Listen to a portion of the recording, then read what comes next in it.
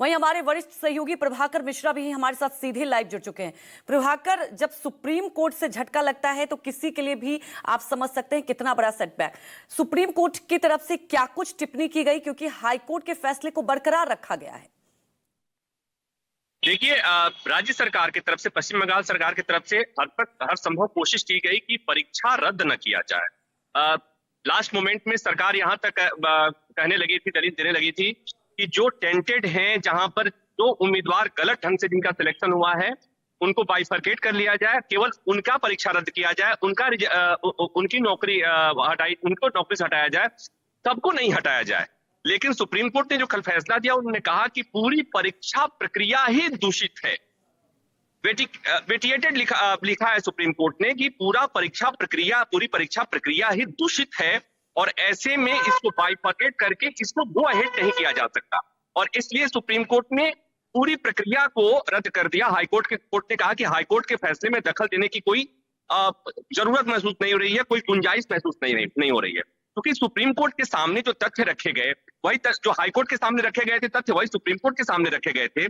Supreme court ने कहा कि हम एक बदलाव ये कर रहे हैं कि इसमें जितने सिलेक्टेड लोग थे, जितने लोग नौकरी कर रहे थे, सबसे पैसा वसूला नहीं जाएगा। केवल उन लोगों से वसूली की जाएगी जो टेंटेड हैं, जो गलत ढंग से जिनकी नियुक्ति हुई। तो अब एक महत्वपूर्ण बात यह है कि घपले होते हैं, घोटाले होते हैं, और ये केवल पश्चिम बंगाल में नहीं, और जगह भी होते हैं।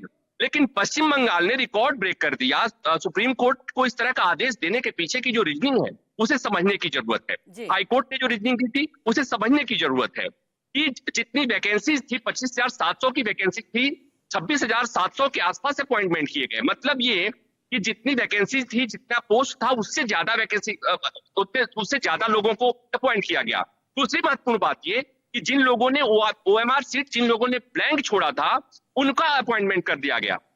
तो कुल मिलाकर सुप्रीम कोर्ट ने जो कल फैसला दिया है, पश्चिम बंगाल सरकार के लिए बहुत बड़ा। इसे एक और भी समझने की जरूरत है कि एक तरफ देश की सबसे बड़ी अदालत ये कह रही है कि पूरी परीक्षा प्रणाली दूषित थी, और दूसरी तरफ राज्य की मुख्यमंत्री ममता बनर्जी कह रही हैं कि जो लोग इसमें शामिल थे, या जिन लोगों की नौकरी हुई थी, जिनकी नौकरी गई है, राज्य सरकार उनके साथ है। सुप्रीम कोर्ट के फैसले पर राज्य की मुख्यमंत्री सवाल खड़ा कर रही हैं। वो कह रही हैं कि देश के सुप्रीम कोर्ट के एक मुख्य न्यायाधीश ने, एक जज ने उस पर अंतरिम रोक लगाई, और दूसरे जज ने परीक्षा को रद्द कर दिया, नौकरियां रद्द कर दी। तो कुल मिलाकर ये कि जिस मसले पर सियासत नहीं होनी चाहिए थी, अब एक चीज समझ में आ रही है कि जो ब्लैक एंड व्हाइट में सारी चीजें समझ में आ रही हैं कि वहां पर गड़बड़ी हुई थी, वहां उस मसले को भी लेकर पश्चिम बंगाल सरकार, ममता बनर्जी सियासत करती हुई दिख रही।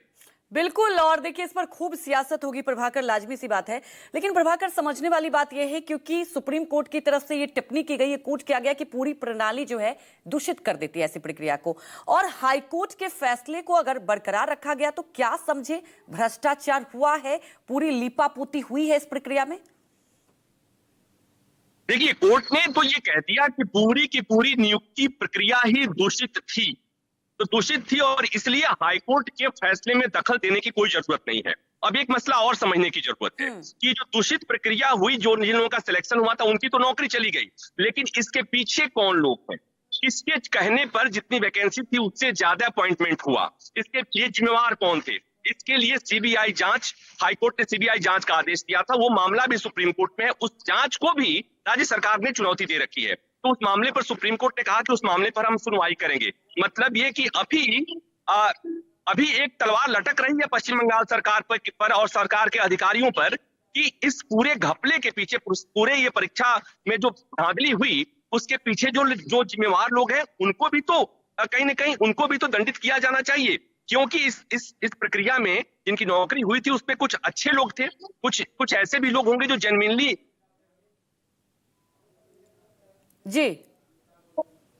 कुछ ऐसे भी लोगों की नौकरी गई है जो जेन्युइनली मेरिट के आधार पर जिनकी नियुक्ति हुई थी। तो निश्चित तौर पर उनकी पीड़ा को समझा जा सकता है, उनकी दर्द को समझा जा सकता है।